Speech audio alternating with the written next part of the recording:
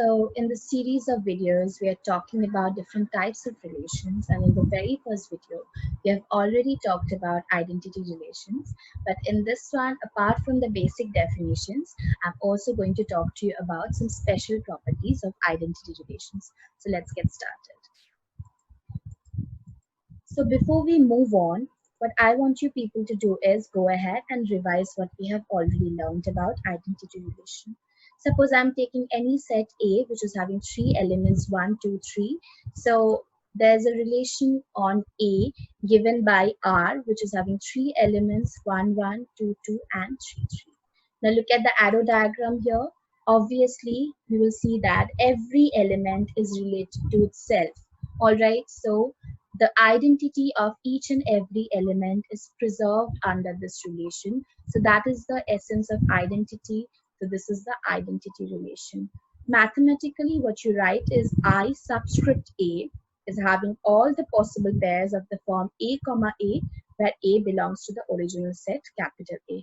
All right, so instead of just writing R simply for a relation, I'm writing IA, which is actually denoting the identity relation. Now that you people have already talked about reflexivity, symmetry, etc., you will see the definition and it might sound like something which is very similar to a reflexive relation. So what is the basic difference? How are they connected? So let's go ahead and explore that. Before that, what I'm going to do is for other relations, what we have also done. So we are going to go ahead and see the matrix representation.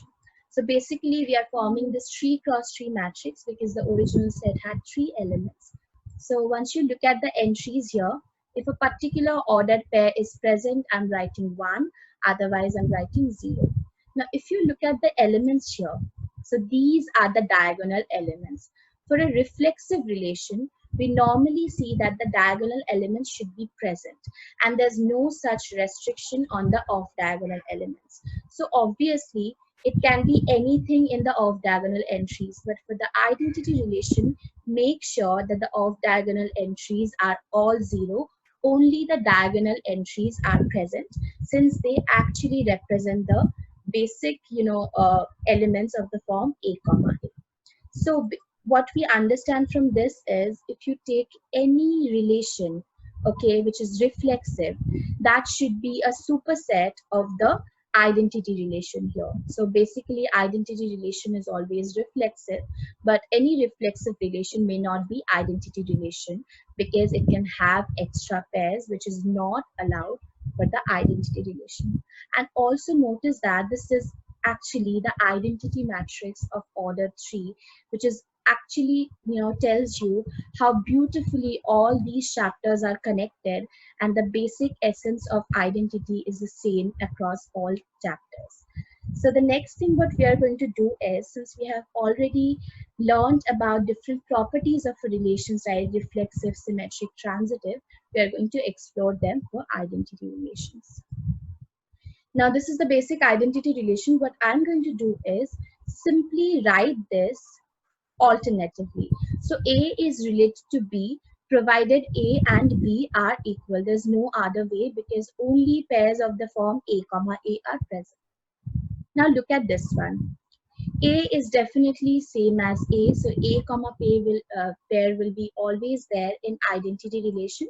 So it's reflexive. We have also seen that from the very basic definition, but this is a formal proof. Okay. Next, I'm going to talk about symmetry. What do we do there? We take any element of the form A comma B. Next, the relation tells you that A and B have to be equal. So B and A are equal as well. This is your part of the manipulation. So again, use the basic definition of the relation. So B comma A should be in that relation. This is actually symmetry. Similarly, if you take AB and BC, you will actually see that A comma B and B comma C will imply that A equals to B and B equals to C. Together, A equals to C. All right.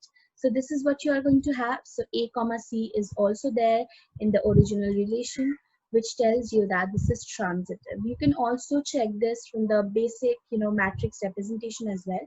But this was the formal proof. So together we see that it actually has all the properties of reflexive, symmetric, and transitive relations. So as we have also known about equivalence relations, so any identity relations on that set will be an equivalence relation. Now, since we are talking about different types of properties and exploring the kind of effects they have on identity relation, so just try and understand that there's one property we have not talked about, which is the antisymmetry. So the next obvious question is it antisymmetric? Now, for an antisymmetric relations, what we have is whenever we have anything of the form A comma B, where A and B are not equal, then only we are going to judge. Since here we only have the diagonal elements, this is automatically antisymmetric because there's nothing to judge. So for an identity relation, you will see that it has all the possible properties. So I hope apart from the definitions that you have already learned in the previous lessons, you know some special properties of this. So go ahead and just practice whatever we have in terms of these properties.